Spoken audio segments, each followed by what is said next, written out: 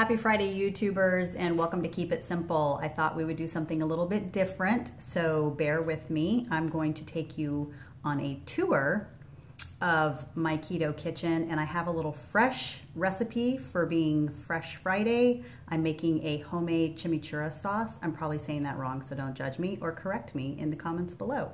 Subscribe to my channel if you like me, and let's get going. First off, I want to let you know that I did buy the DSK, Deeper State Keto, through Keto Savage. I got all my information, lot of information. Literally, anybody that's just starting it new and doesn't know much about keto, it would take you probably a few days just to like get everything organized.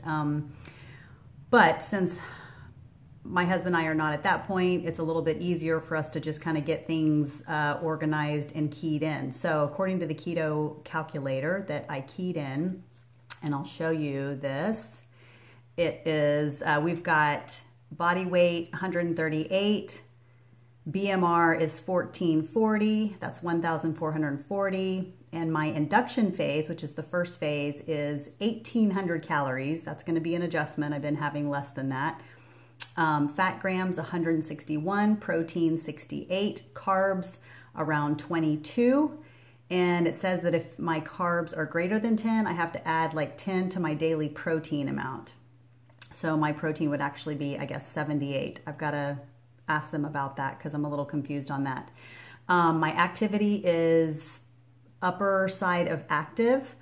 I am doing HIIT training about 6 days a week. And I exercise fasted in the morning, either 5:30 or 6:30 a.m.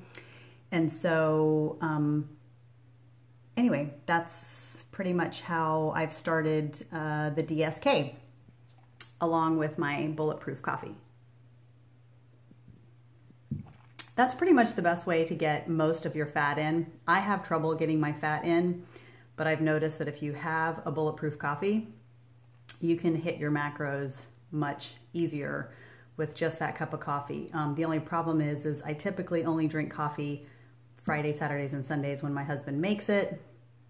And so through the week, I don't drink any kind of coffee. I don't break my fast in the morning with that because I don't typically eat till noon, but I only intermittent fast Monday through Thursday. And then I kind of just eat more regular Friday, Saturday, and Sunday as far as what time I'm eating. I'll usually have something here in the next hour or so, but I do break my fast with the bulletproof coffee. So anyway, let's go to the kitchen and I'll give you a keto kitchen tour.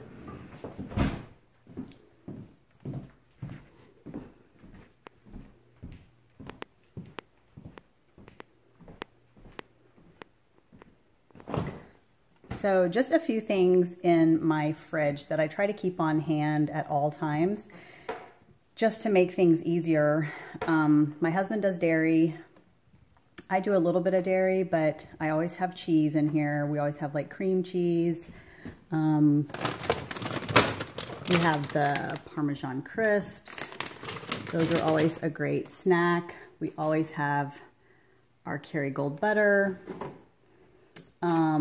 I love Rayo's homemade sauce. Another thing I always have on hand is I buy fresh lemons and I fresh squeeze lemon juice. I use it for a ton of things. Always have our heavy cream. We use organic and we do use Horizon. It doesn't have the carrageenan in it, which can cause inflammation. So we try to stay away from anything that has carrageenan. And of course, we always have avocados. We are never without avocados. A few of the vegetables that I always have are bok choy, broccoli, asparagus, and recently I just bought some radishes. And this is great for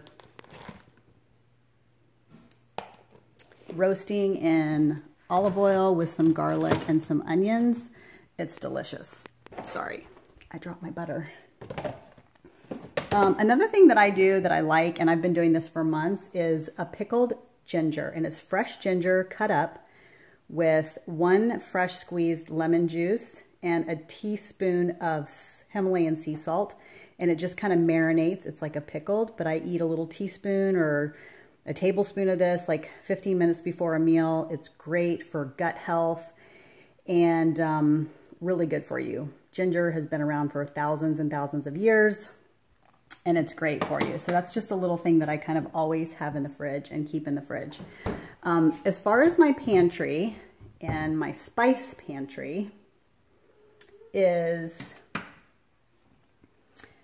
a few things. I always have pepper. I always have pink Himalayan sea salt. And my go-to all-time favorite is Tony's Creole seasoning. So let me give you my opinion on seasonings. You would not believe most all your seasonings, especially McCormick, they all have sugar. They all have dextrose in it or maltodextrin or just a bunch of things that you don't even know. So always read your labels. I have learned that in the long run, and I've started making some of my own like homemade rubs for my meat and stuff. You can go on Pinterest and there are tons. But I love Tony's. That's kind of my go-to all the time. Another thing that I always try to have is coconut milk. I actually get this off Amazon, but you can also buy the coconut cream, which I love. I use that often, and always have some good old tuna. This is Star-Kissed tuna in extra virgin olive oil. One thing that I noticed about tuna is you do want to read the ingredients, because a lot of times it will say contains and it will say contains soy. Read your tuna fish can labels if you like tuna. I get the one that just says tuna, no soy in it. I always have coconut chips. I have one of my favorite recipes that I make with that, and I'll show you. It's in my freezer all the time. Always have some bone broth. Be sure to read your labels. Some of those can be kind of tricky. Always have unsweetened bark. I do a lot with my desserts with that, along with my favorite monk fruit sweeteners. 2 drops of this and you're good. I usually put about 2 drops of this in my coffee with, I do mushroom 4-sigmatic coffee or just regular coffee with a tablespoon of cacao butter and monk fruit drops. This is the cacao butter that I use. I get it on Amazon. I love it. I'm out and I need to order more. So just a quick trip through my pantry. I'm sorry, I keep looking down. I need to look at the lens. Quick trip of my pantry, and just to let you know things that I keep on hand. Coconut flour, unsweetened coconut flakes. I've got some almond flour down there. Monk fruit sweetener, Truvia brown sugar, which I've kind of stayed away from Truvia once I read the ingredients on that one. Always have some of these on hand, seltzer waters. Better not open that one.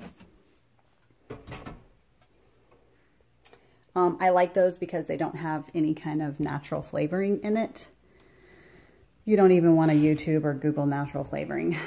Lots of stuff in there.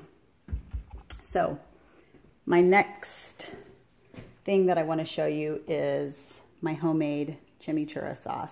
We have 1 cup of parsley, 1 cup of cilantro, 2 tablespoons of lemon juice, some red onion, maybe like 1/4 of a red onion. I had a regular onion, so just whatever onion you have. 3 cloves of garlic, some pepper, some sea salt, about 1/4 teaspoon, 1/2 cup of olive oil, and some red pepper flakes. If you have it, I'm trying to think what the last ingredient is. I think that's it.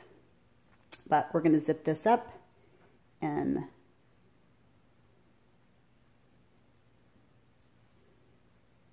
see how it tastes.